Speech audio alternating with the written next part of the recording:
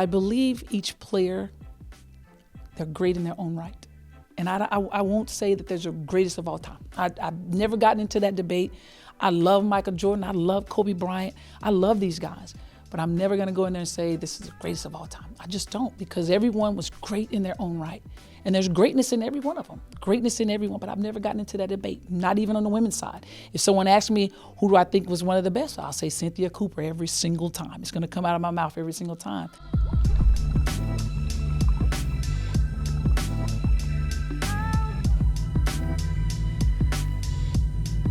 Live in Los Angeles, I am not in costume. Izzy Gutierrez is in costume, and he will explain his costume shortly. But we're going to get into a lot of conversations today and have a special guest that I can't wait for you guys to hear. Izzy, do you want to explain your costume before we get started? Listen to me, CJ McCollum. I need to talk to you really quickly about how much I sort of secretly hate Halloween. I used to despise it, and then I started doing Around the Horn. And then I just got on a roll with a few costumes, and then I killed a few, and then I was just like, wow, now I'm the king of Halloween, right? I can't stand the pressure of the having to do the great costume and everything else. But I just did Pete Davidson on Around the Horn earlier today. We're doing this right on Monday, Halloween. And I had to get rid of all the makeup because I couldn't do it. I didn't think it looked great. And so if you Google Pete Davidson at the Steph Curry three-point break record-breaking game, you'll see a really obnoxious pink hoodie in the background with white or rather blonde hair just sticking out of the crowd all over Steph Curry's celebratory shots. That's Pete Davidson, and that's who I am right now still. So I decided to do it for the podcast, because why not? First of all, I'm happy that you are in costume. I'm sad that I'm not. I didn't prepare for this. Being in Los Angeles for so long, I didn't think I should bring a costume. I'll plan this out better in the future. I enjoy Halloween. I love the parties. Dame used to throw a Halloween party every year, and it got tricky because we started having games the next day. So it was always interesting to see, like, how's the game going to go after this Halloween party? But historically, we were winners. What was your best Halloween costume at Dame's? My wife and I used to, I'll just say she used to pick out the costumes and I used to show up, but we wear like matching costumes very often, but I can't remember. I think one of my best costumes was Adam and Eve. Mm-hmm. I was Adam. Okay. So you can imagine. Okay, I get it now. Not a lot of clothes. Yes. Olden times. You know how college goes. Yeah. And you've been in LA for a little bit. Like, I know people like Toronto started the season. They had back-to-back home games in Miami, and it was one of the greatest accomplishments in NBA history that they won the second one of those after being in Miami for 3 straight nights. What do you do in LA? Like, how do you keep yourself from, feeling like you're in LA for 3 days? Well, I said this earlier. I watch a lot of Netflix, a lot of FaceTime meetings. I usually meet with my agent, so I go see my agent. Shout out to Sam Gilfeder, Excel Sports Management. I usually go eat at his house, and then I meet up with some friends. I'll have dinner with Sean Jackson. I had dinner with Griff, our president of basketball operations. I normally schedule dinner so I can catch up with people and, talk through things, get a better idea of what's going on in people's lives. And then usually I'm sleepy after that, so it's easy for me to go to sleep. I do enjoy an adult beverage, so on occasion I'll attend, Wally's and have an adult beverage with some of my teammates. But I just generally stay busy. I'm getting massages, I'm getting treatment. I'm just trying to stay busy so that I'm tired by the time it's nighttime. But I think the good news is we got the first one. You always want to get that first one on a road trip to kind of set the stage. We lost obviously against the Phoenix Suns, but being in LA for so long, it's very important for us to get this first one. Now we can kind of rest, recover. Guys can enjoy themselves, fill their cup up, as Willie would say, and then you get ready for a tough Lakers team. By tough, I mean they're playing hard. They seem to be more focused, more in tune. Russ seems to be more comfortable coming off the bench. He's playing better. And they've been a good defensive team. They just haven't shot well. And I feel like at some point they're going to shoot better, and that's when law of averages will catch up for their record. Just for the record, when you're right, no, shouldn't be. When you're down in Miami, I like lobster, and so we should put that on ESPN's bill. We can catch up that way and call it a work meeting. One team of yours, it's not yours, is doing pretty well. The Milwaukee Bucks. It's strange because in the preseason, I think we mentioned this in the previous podcast, like they were struggling with a defensive philosophy switch. Like they really wanted to get out to the threes more, not as much of the old coverage. And, from everything you read, they were struggling with it the preseason, but they sort of hit the ground running with it defensively. And then you've got Giannis scoring like a crazy man in the second halves of games. And their defense is still, I think, top 5 at the moment. But yeah, they're an undefeated team that I thought without Chris Middleton would struggle a little bit early on, maybe without that sort of motivation of, it's a long season and they've already won one recently. I knew they would be good, but I think they would be this good without Chris Middleton. You look at who they beat thus far. Obviously, they played some tough teams. They opened up against the Sixers, I believe, and that's a tough team. Obviously, you got James Harden, got Joel Embiid, and they've been handling business. And they're not just without Chris Middleton. You look at their roster and their injury report, right? Chris Middleton's not playing. Brook Lopez is a game-time decision for the night. Pat Connaughton's been out all season, a guy who averaged double digits, right. 3-and-D guy, gives them a lot of versatility defensively. And Joe Ingles, who they signed, hasn't played all season. So they're missing some guys that can definitely help out. And Chris Middleton, I've said it before, he's their closer. He's the guy that delivers down the stretch of games. He's a 50, 40, 90, 6'8", 3-level scorer that they're missing, and they're casually 5-0. And Giannis has taken his game to new heights, scoring he's scored, over 35 in 3 or 4 consecutive games, over 40, I think, in 2 games. He's basically on the biggest scoring streak of his NBA career, 5 games into his season, without arguably the second best player on their team. And not leading the league in score. There are 11 guys right now. I know it's early in the season, 11 guys averaging more than 30 at the moment. Like, that's kind of crazy. I know it'll whittle down, but why? Why do you think? I think it's more pace. now than ever. I think it's pace. So skill set is the skill set. It's pace, and it's the amount of three-pointers guys are shooting. Giannis is obviously different. But you look at the rest of the guys averaging 30 a game, they're generally speaking 3-level scorers. You got Kyrie, right? KD are basically averaging 30. You got Dame, 3-level scorer, averaging 30. But a lot of these guys, Donovan Mitchell, predominantly 3-point threats, right? So everything is based off of 3, where they can obviously get to the rim, they can shoot the midi, but they have so much shot credibility, you have to guard them closer, which makes it easier for them to drive. But that's just a credit to player development. Honestly, guys are getting better, they're getting more efficient in scoring, and it's also really, really early in the season, so things will change. Yeah. Well, not for Giannis, probably. Giannis will probably keep this up. Oh, he's going to average 30. Yeah, I'm curious with him, like, it feels like after he won the first MVP, sort of lost some pressure off his shoulders, after the championship, no pressure. You see him, joking and all the post game. He seems like it's just that zero to prove, zero pressure on him. And like every year, it's like a little bit better and a little bit of improvement. It just feels like he's out there just having a ball.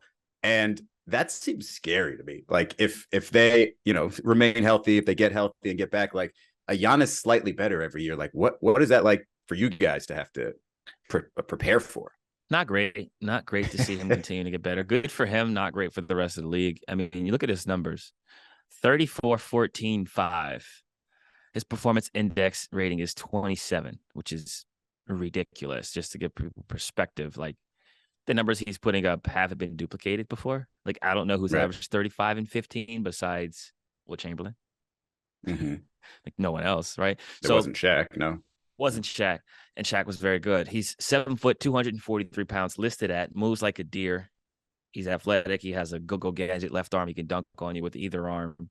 He's blocking shots. He's a great help defender. And I think Charles Barkley talked about it. Shaq talked about it. Kenny talked about it. His playmaking ability has continued to get better. He's continued to figure out ways to empower his teammates. And I think that's what's showing.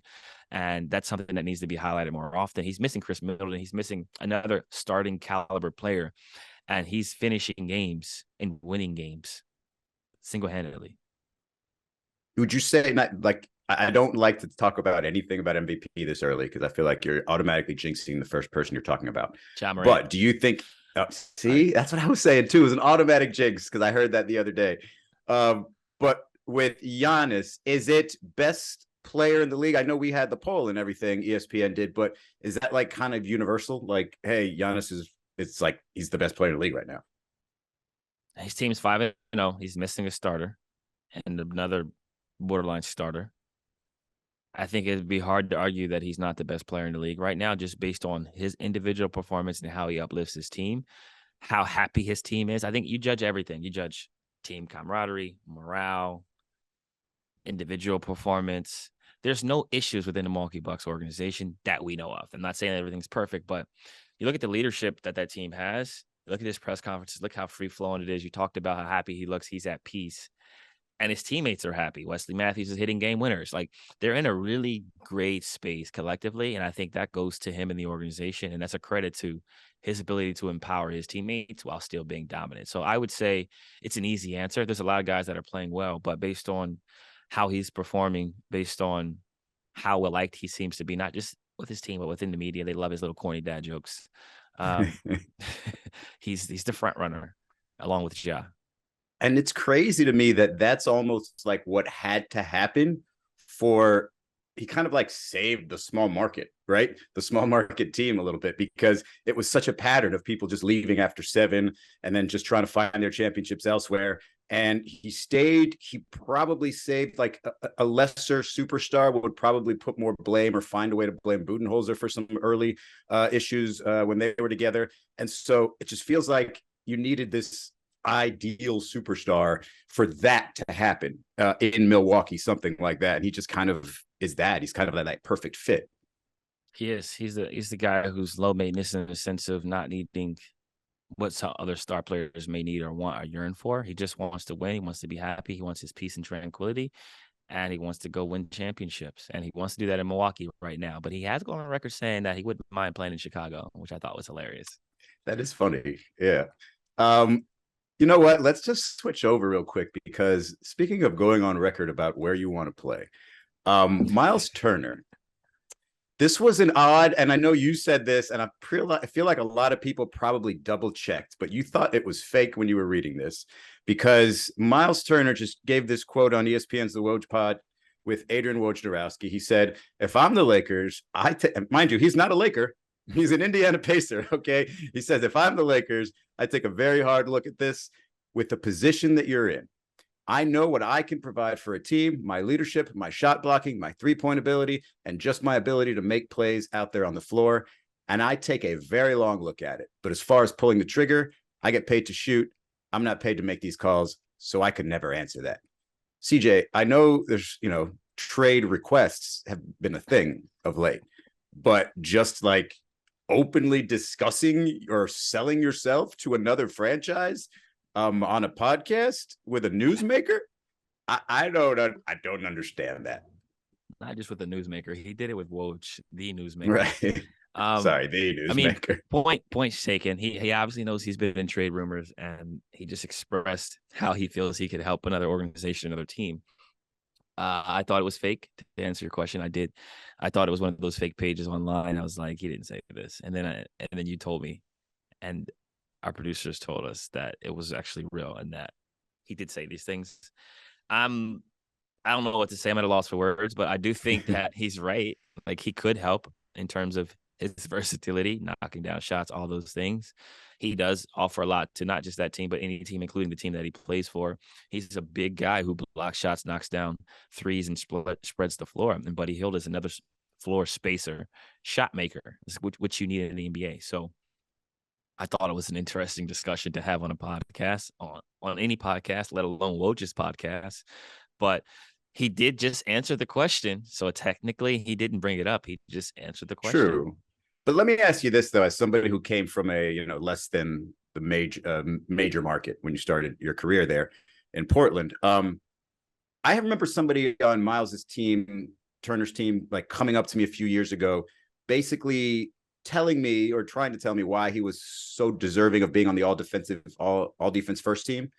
But that playing in Indiana does not get him the attention he requires to get those awards. And it feels like, and this is maybe putting words in his mouth, but it feels like this is also Myles Turner saying, hey, I have to yell to be heard from here. So let me go ahead and just say this in a big, news podcast. What is that like to feel that and think, is it real? Like the idea of you're just not getting enough attention, things would be different for you if you were in a different market. Like, do you have to yell to be heard from, Indianapolis? I don't think you have to yell to be heard, but I will say that based on team success and star power on your team, that kind of determines how often you're on TV. Milwaukee's a small market team. True. I mean, you could even argue that Miami's a small market team. Obviously, they got state taxes and advantages, and it's a nice city. But when you talk about size of a state, you talk about amount of money being generated in a state. The New York Knicks are a big market team. Are they on TV all the time? So it's star power. More than they should be, I'll tell you that. your words, not mine. It's the star power that drives it. I think that's what's really important. I think that's what a lot of players are missing. You could be in a small market, but if you got a star like Zion on your team or a star like a Giannis on your team, they're going to put you on TV. And if you're successful and you're winning games, you're definitely going to be on TV more. So I think that's also a factor. You know, you look at the Indiana Pacers historically, right? Like when Victor Oladipo was there, they were on TV. So I think that it comes down to those things as well. But if you do want to be heard, you can scream. And he's screaming. Yeah, I think of guys like De'Aaron Fox, who's just been in Sacramento for so long, and just the losing feels like it sort of drains you. It can drain a guy who's just really energetic and just wants to win and everything else. And so I get the wanting to get out of there, but I've just never seen it that overt during a season and just selling yourself to another team. Which, by the way, like if I'm Turner, I would just sell myself to any winning team, wouldn't you? Because the Lakers aren't exactly winning. Yeah, but that's the team he's been most closely attached to, based on what I've been hearing, based on what we've been seeing online. At least it's just reports that the Lakers thing is what has been talked about, what has been discussed, probably what has been proposed and turned down from someone. Well, the Lakers probably not going to recover without a big trade, but I will say the Clippers seem a little bit early on, a little bit questionable. And I know the Kawhi Leonard resting, and he missed 4 straight games after playing in that first one coming off the bench. Real quick, that's an interesting dilemma to have there. They're kind of a favorite to some people, a little bit surprising, but to not be able to set your rotations early on and have some of these, question marks early, what does that do for the Clippers? I think it changed the team dynamic. The comfortability is not there. The chemistry is not there, obviously. And then not knowing who's playing night to night, I think it affects the team. But obviously, Kawhi is a huge part of that team. I think they're in the mindset of if we're healthy going into the playoffs, it doesn't matter what seed we are. But I think it's just affecting players' rhythms. You can see it, the look on players' faces, understanding spacing, timing, who's taking what shot, who's the offense being ran through when PG's not in the game. Like, there's a lot of things they're still trying to figure out. And I think the lack of fluidity in their offensive lineups on a day-to-day basis and defensive lineups on a day-to-day basis is affecting the team, the roster, the rotation, and how the coaching staff prepares. You can see that in them when they're playing. There's just like some little bit of confusion here and there. A lot of confusion, a lot of chemistry issues, and not that they don't like each other, because you can tell they do, but when you don't get to play with the guys consistently, it's hard. Like, we're going through it now in New Orleans with injuries, right? Like, we've had Herb out, we've had BI out, we've had Z out, we've had guys out. And then when they come back and then they go out, it changes things. It changes the rotation. It changes how much certain guys play, how often you play, when you go into the game. And those things affect your performance. Absolutely, 100%. All right, CJ. Well, I'm sad that you didn't get in costume, but I'm glad I spent 20 minutes with you as Pete Davidson from a Knicks game. That was fun. I enjoyed the costume. I'm sure our listeners will as well. And if you don't know, we have a special guest coming on shortly who needs no introduction.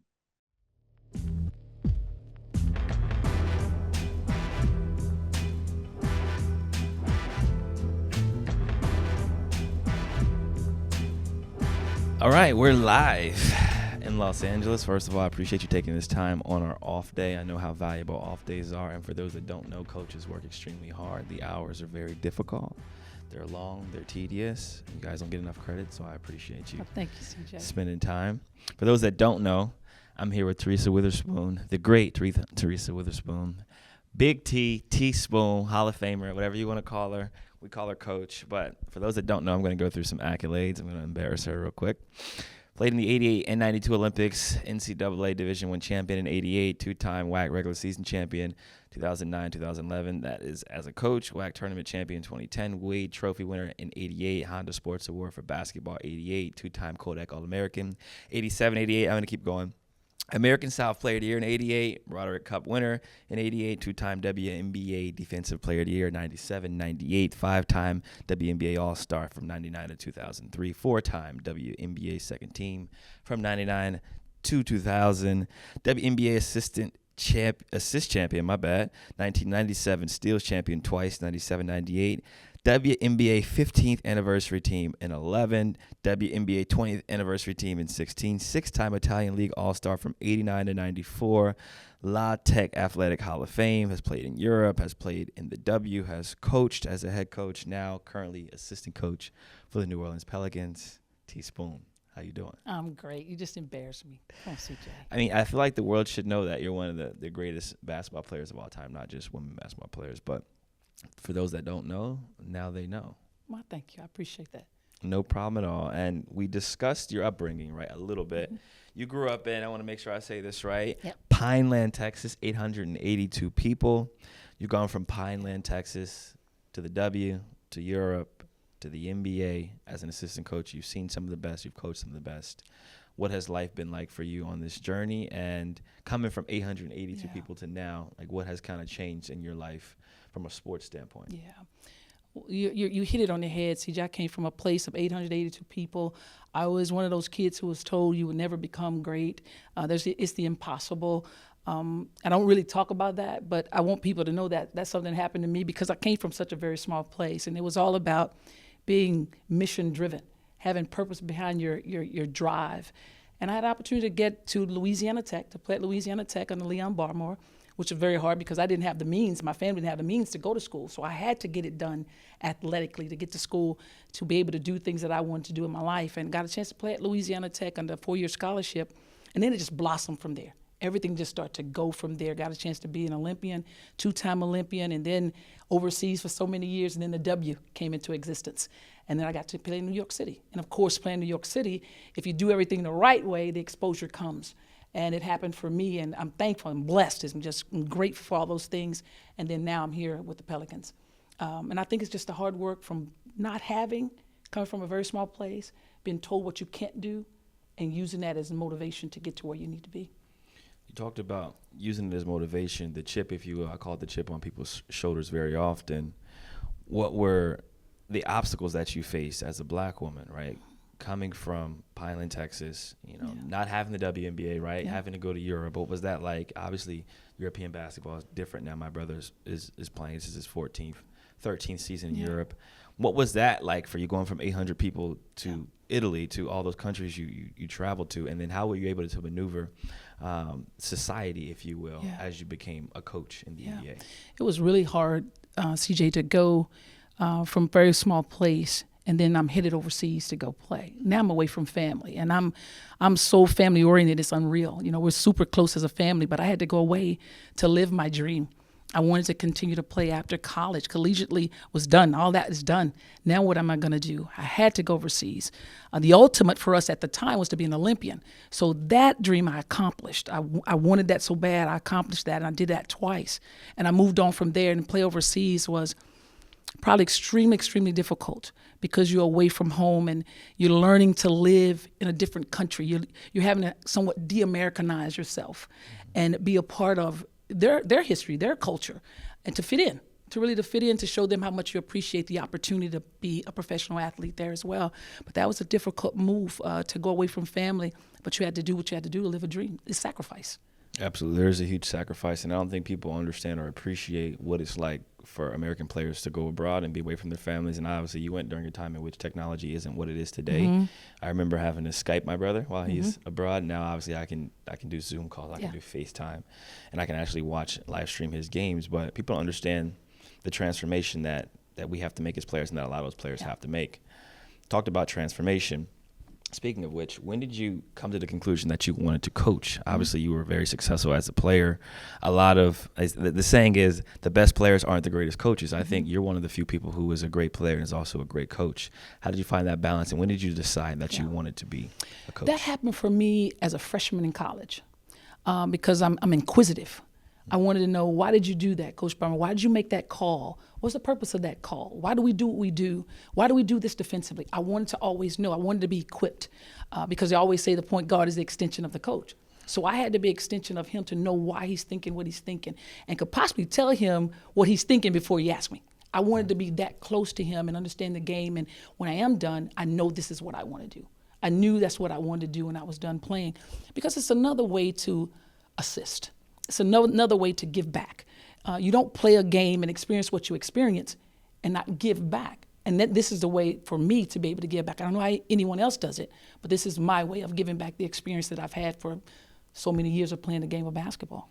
Yeah, you're definitely giving back, and I'm going to discuss our Pelicans team. I'm going to discuss relationships, the importance of development, but I want to talk about how the game of basketball has transformed, specifically the women's game of basketball, how it's transformed since you played to now, and how much spotlight it's now getting, and how we're able to watch games on TV. Men's basketball players are supporting women's basketball players. You got NBA players going to games.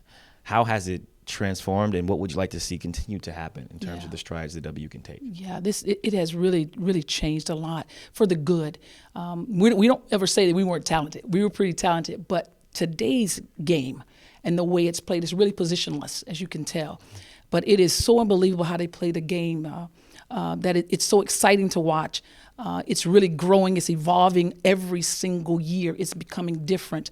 But what we would like to see, because I think Kobe did a heck of a job of this, is really supporting us as women and really putting out there that what we do, we are very good at what we do. We're great at what we do.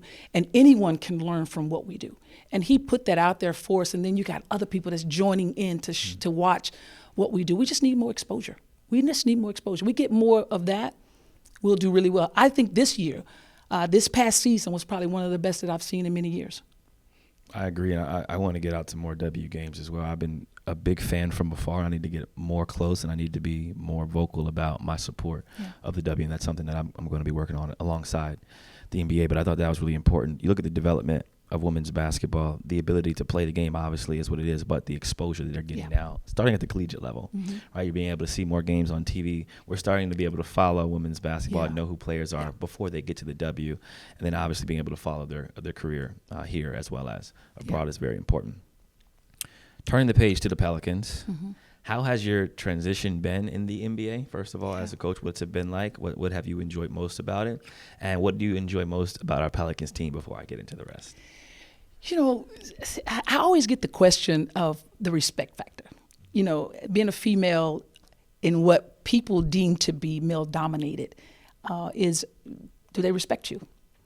I never walked in, CJ, and asked for any respect. Never. I never even said to Google me, I've done this, I've done that.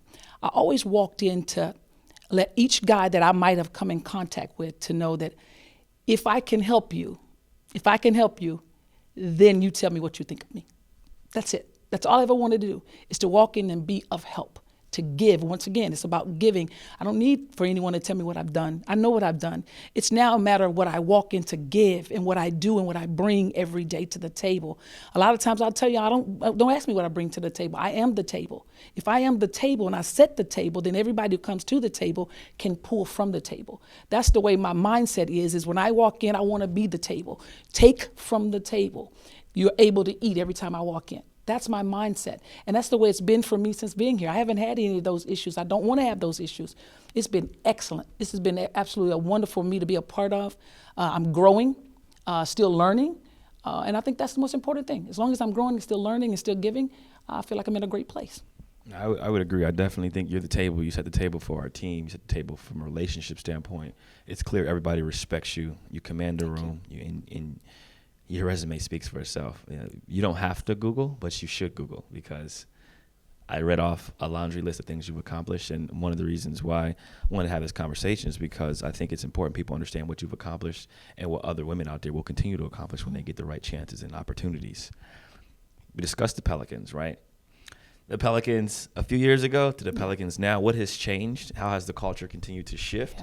And my follow-up question will be, from a relationship standpoint, how important is it for coaches in general to have relationships with players? And then we'll get into relationships with Z and the rest of the guys.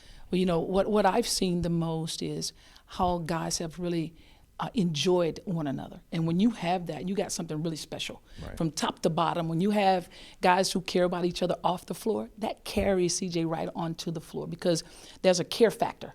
for each player. I love this guy. I want to battle with this guy. And you guys do that every single day. Practice, people don't get to see that because that's closed. We have some of the best practices. They probably look better than the games because of how we battle. Right. That's why we're so ready for game time. But I like how we care for each other, how we pull for each other. We love each other's success. We're not against the success of each other. We are for each other. And that's the beautiful part. There you see the chemistry. And when that comes together, something beautiful is about to happen. I absolutely agree. I think there's kids that listen to the CJ McCollum Show, and you know, a lot of times kids want to know how they can become successful, how do they sustain greatness, how do they become a pro. What do you think are the most important attributes or skill sets that a person must possess to be successful in Preparation. sports? Preparation. If I could say anything about that, CJ, I will always say preparation. There's going to be times when you don't want to prepare. There's times when you're struggling. There's times when it's just not a day that you want to go and do what you need to do. But preparation is of tremendous value because if I'm separated, it's separation from preparation. You got to remove yourself sometimes too from a whole lot of stuff to become what you want to become. So it's separation for preparation. Once again, there's that word again. And in that preparation, there's purpose. So my purpose is being purpose driven for my dream. And once I find that purpose, I'm deliberate in my action. I am deliberate in my purpose. When I become deliberate in my purpose, it's amazing what you're going to accomplish. I am deliberate in my purpose, and my preparation is key to all of these things. You heard it here first, kids. Preparation is very important. I think you look at our roster, you look at our staff, you look at top to bottom, front office, Griff, Trajan, Schwinn, down the line, everybody's prepared. Yeah. Everybody has a purpose. We understand what we want to accomplish together as a group. And we also understand the importance of relationships. You and Zion have a great relationship. It was mentioned in Sports Illustrated. They talked about a moment in which you asked Z how he was doing, and he told you he wasn't doing well, and you cried for him. You showed your emotion. You showed the fact that you truly care about him, and I think that's a sign of you being a good person and you caring about us more than just basketball. So I guess my question is, how has your relationship with Zion continued to grow? For the fans out there that don't know, you know, you're part of his player development. You play a huge role, not only in his on-court development, but also his off-court development. It is a really special relationship. But the one thing that Zion understands is there's a demand for greatness. There's a demand every day from me to him of greatness. And for me, it's best that I have to show him what does greatness look like. Greatness smells a certain way.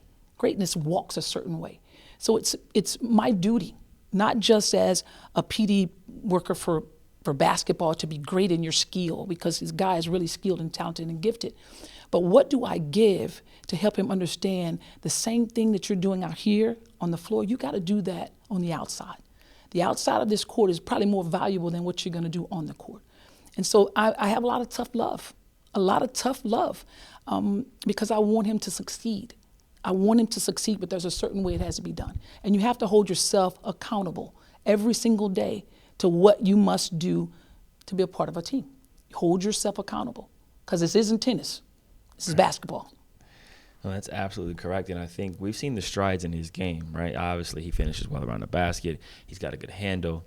He has the ability to do things that only he can do. But I think his passing has really improved. He talked about the ability to set a table. He talked about being the table. I think his next step in greatness is being displayed. His ability to engage a defense and make the right decision. He has unreal gravity, and I think I just want you to speak to some of the development you guys have focused on, not just the shooting and the skill work, but the understanding of spacing, the understanding of empowering your teammates, and how important it is when he makes the pass to a D. Graham who's wide open and D. Graham knocks it down, what that does for our team. Yeah, that's so important that you say that, because everyone sees him as this superstar who can go and do whatever he wants. But the one thing that needs to be noticed about him is he's one who's willing to make everybody else better around him. And to make those different passes that he will make, he sees the floor very well. He has great vision. He sees the floor very well, and he wants everybody to be successful. He wants to share the ball. That's something that we work on. We work on understanding patterns. And if you understand patterns, you're going to know where the ball goes. You can close your eyes. If I understand what a defense is doing, I know where the ball is going to go. We understand, like, who's guarding me, it doesn't matter who's guarding me. It is what is the help is doing. What is the help doing now? I find what I create. And he's gotten really good at that, but there's things that we can do to get even better. I absolutely agree. And I just wanted to recognize the strides that he's taken and made, and understand that I know that was a point of emphasis from you to him and from the rest of our staff, especially me, getting on him about embracing the greatness. You want to be great. A lot comes with being great, and that's on the court stuff. It's off the court stuff, but that's also the ability to be selfless when you need to be selfless. I think that's when you really turn the corner. That's when we turn the corner as a team, and it looks like we have. Yeah. The transition for me, right? I come to New Orleans. You guys have this idea of what you think I'm like. I get there. What was that like for you guys as a staff? What was that like for you personally?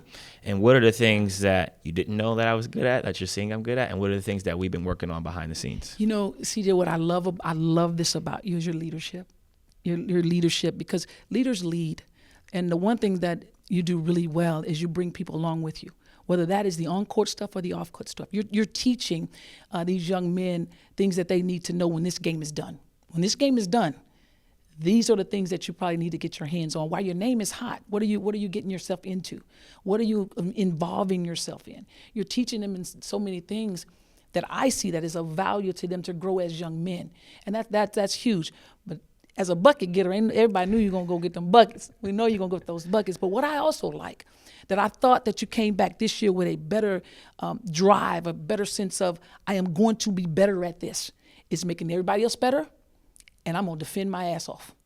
You have done that, and that alone brings everybody else with you even more. And I think that is a piece that I think that you said that that's what I'm going to do. I'm going to be better at this. And you can see there's that deliberate action. It's a deliberate action with the purpose that you want to change something. Yeah, that's something I've been working on, and I talked to my brother about it. I talked to, my wife, and I think one of the things I said was that, I've been a great leader my whole life. Yeah. Now it's time to not just lead by example. It's time to show action. And to show action means I got to defend. Yeah. I got to be comfortable with making sure everybody else eats because I know how to eat. Yeah. Right. So being able to do those things, I think, was the next step in my greatness. As a player who's well-rounded, in order for me to hit my ceiling and for our team to hit our ceiling, I got to be able to have a high assist-to-turnover ratio. I got to still be able to score down the stretch and make plays. But I think it's important for us as our team, the way we're constructed, that B.I. has great nights. Z has great nights. Trey's going to have some great nights. Herb, JV. The list goes on the amount of possibilities we have from an offensive standpoint. But for me, I have to be able to set the table and make this a chess checkers game. And my talent and my mind are finally starting to meet. And I think that's the intersection of the peak performance of an individual or an athlete. And I think we've seen it with Bron. We've seen it with Chris Paul. We've seen it with a lot of these guys. How do they sustain a high level of play? It's the physical meeting the mental. Yeah. And then sometimes the mental surpassing the physical. And that's when you get those historic nights. Yeah. Gosh, you just spoke huge right there, because any time that our young men can see, because you've been in this league, you've done it, you're doing it and still doing it at a very elite level. Any time that they can hear you speak the way that you just spoke, they're like, dang, if he can say that, I know what I can do to make a change. And they'll follow that. They follow what you bring. They'll follow what you bring every night. And like you just said, and one thing I do know is you'll hold yourself accountable. You will hold yourself accountable. I shoulda. And then you'll come back and get it done. They follow that. They follow that type of leadership. Leaders lead. Leaders always lead. I think that's the good thing about our team is, I try to lead when I need to. I speak when I need to, but I make sure that people feel empowered enough to hold me accountable. If I miss my rotation on the backside, and you're supposed to tell me. If I get scored on, like Kelly Olynyk for the game winner, I still can't believe Kelly scored on me for the game winner. But I'm supposed to hear about that, and I have to be better. And I think that's when you take steps as a team to where we've been very banged up this year. We're still 4-2 as we record this, hopefully 5-2 after we beat the Lakers. But I think the key is to continue to build from within, understanding that when you want to make a postseason run, you need depth. And this gives us a chance. B.I. being out, obviously we need him. It gives Najee a chance. It gives some of these younger guys a chance to get extended minutes, because at some point we're going to need them again throughout the season. We got a guy in Willie who hasn't played a lot, and he was the MVP and is very capable, and that shows you how deep we are as a team. Looking at our staff, obviously we're led by Willie Green, right? Talk to me about Willie, his development as a coach, and how impactful he's been for our organization and our team and our structure. Yeah. The thing that I think works so well with Willie is his demeanor. His demeanor means a lot to each one of you all as players, of how he approaches things. He approached everything with a positive vibe. Everything. It's a positive vibe. Even when we were down 0-13, hadn't won a game, but he'd walk in every time and he'd say, we're okay. we're in a good position. He was always bringing something positive out of what everybody thought was negative. And that people can follow when people want a leader who's always believing in who they are and what they can bring and still bringing a lot to the table. He's bringing a lot to the table every day, expecting a lot from us to put on the table. And he does that every single day. He does it every single day. He doesn't have to scream. He doesn't have to holler. Right. It's the way he approached every single thing of the demand to come in and work your butt off. The demand on the defensive side, there's a demand. He wants it done. Is an expectation, it's a demand. It's a demand to get it done. And you have to get it done. If you want to play on this squad, you're going to play a little bit of defense. Absolutely. We discussed New Orleans, me, Z, Willie. We haven't discussed the city and the people and the culture. Mm-hmm. Talk to me about the development of our play and how that's kind of intersected with us coinciding with the culture. Obviously, the fans are becoming more engaged, but the pride that we get from competing in front of, our people, being able to eat the food, being able to see what we mean to the city and how we're able to impact it. Yeah. CJ, sometimes when you're in a city, it's all about being what the city is. And New Orleans is resilient. It's a resilient place. And I believe we are a resilient team. We kind of come together with that. We're a resilient team. We fight like heck. And every time something happens in that city, they come back. They pop back every single time. And I think we kind of brought that together with our team and the city of New Orleans. And the way that we do it, we make them feel a certain way too. When they walk into the arena and they're watching us play, they're watching you guys perform, they feel a part of it. And when you feel a part of something, they're going to feel that arena. You guys have made that city feel so proud of what you bring, they're going to be a part of what you do. Because we are genuine in what we do when we walk out to be a part of what the city does. Yeah, that's absolutely true. As a GOAT, what do you think of the public's obsession with GOATs? You got Jordan versus Kobe, Adam Bron, Diana Taurasi, Sue Bird. Who is a GOAT in your eyes? Besides yourself. I've never gotten into that debate. And I don't do it for a certain reason. Because I believe each player, they're great in their own right. And I won't say that there's a greatest of all time. I've never gotten into that debate.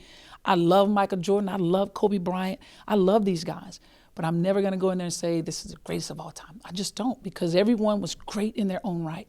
And there's greatness in every one of them, greatness in everyone, but I've never gotten into that debate, not even on the women's side. If someone asks me who do I think was one of the best, I'll say Cynthia Cooper every single time. It's going to come out of my mouth every single time. But I won't debate on the greatest of all time, because there's so many people that I can put in that position, and then I really don't have an answer, really, because I'll be like, well, she's the greatest of all time. She's the greatest of all time. He's the greatest of all time. Where do I really lie? Where do I really lie? I lie in the greatness of each player is where I lie. That's where I am. Oh, that's a good answer. And I think a lot of people have trouble comparing errors because they feel like their error was superb. They do. They feel like their error was harder or more difficult or better talent or obstacles that we had to go against were better, bigger, whatever the case may be. And I think for me, I always say it, like, the players that came before me laid the path that I have now, and I'm thankful for that. And I feel like I could compete with anybody, but I also recognize that there was a lot of great players in that era. There's a lot of great players in our era, and we'll never know what it was like because we'll never be able to go back and play against John Stockton. Exactly. And see, that's the thing, too. See, now here comes the conversation, because now you're like, well, if he would have played against him at this age, well, it's not going to happen. We're iffing. We're iffing if that would happen. We can't compare that. Yeah. I can only talk about what he did in his era, and I can talk about what he did in his, and they were great at it. The follow-up question is, looking at the era that you played in compared to the W currently, do you ever think back and say, I wish I could have played in this era against some of these? Ooh, I do all the time. Do it all the time. I do all the time because they're so gifted. These girls are so gifted, and I was so willing just to give the ball up. And I actually used to talk to Cynthia Cooper about this and say, what how many assists I would have had with those girls, because I enjoy just giving it off because of the way that they play now. I think we all do it. I think we all say, man, what would happen if I'd have played with that crew? I think we all do it. I'm just curious. And then my last question is centered around a woman becoming a head coach in the NBA. At what point do you think that's going to happen, and what would that mean for not just the sports world, but women in general? It would be incredible for women. And CJ, there's plenty of women that can do this. It's plenty. It's just like you said earlier when we were talking, it's about the opportunity, given the opportunity to get it done. And I understand this is way bigger than I am. It's way bigger than me. I understand the magnitude of it all. And I know what steps I have to take. I know the doors I need to open. I know how I got to get feet in, because it's for the next woman to come. Right. It's for the next woman to come, not just for me and for me to live it alone. It's for the next woman to come. That's why I do what I do. I'm not just about me. Never have been, never will be. Mm-hmm. But what can I do while I'm in to help the next woman to come? That was beautifully said. And I appreciate you coming on the CJ McCollum Show, sharing some gems. Is there anything else you want to share with our listeners out there? I'm just happy to be here, and I thank you so much, because there's a lot that you're doing and what you're doing for our young people that means so much. I go deep, too. I looked at a lot of stuff that you do, and there's a lot more to us as athletes than what people ever can imagine. They only see you as going to get buckets. They only see you doing that. But they need to see what you do on the outside for young people to be able to do what you're doing, for young people to be able to get a mic and live out a dream, for them to have their own brand of wine, to have their CJ Press Pass. All those things that you're doing, you're impacting lives. So at the end of the day, if you write your book and they read that book, does that book impact a life? I believe your book impact lives. And that's what our life should be about, impacting the lives of our young people. I appreciate that. Thank you. That means a lot, and I appreciate you coming on and sharing your greatness and your story with everybody else. Appreciate you. Thanks for having me.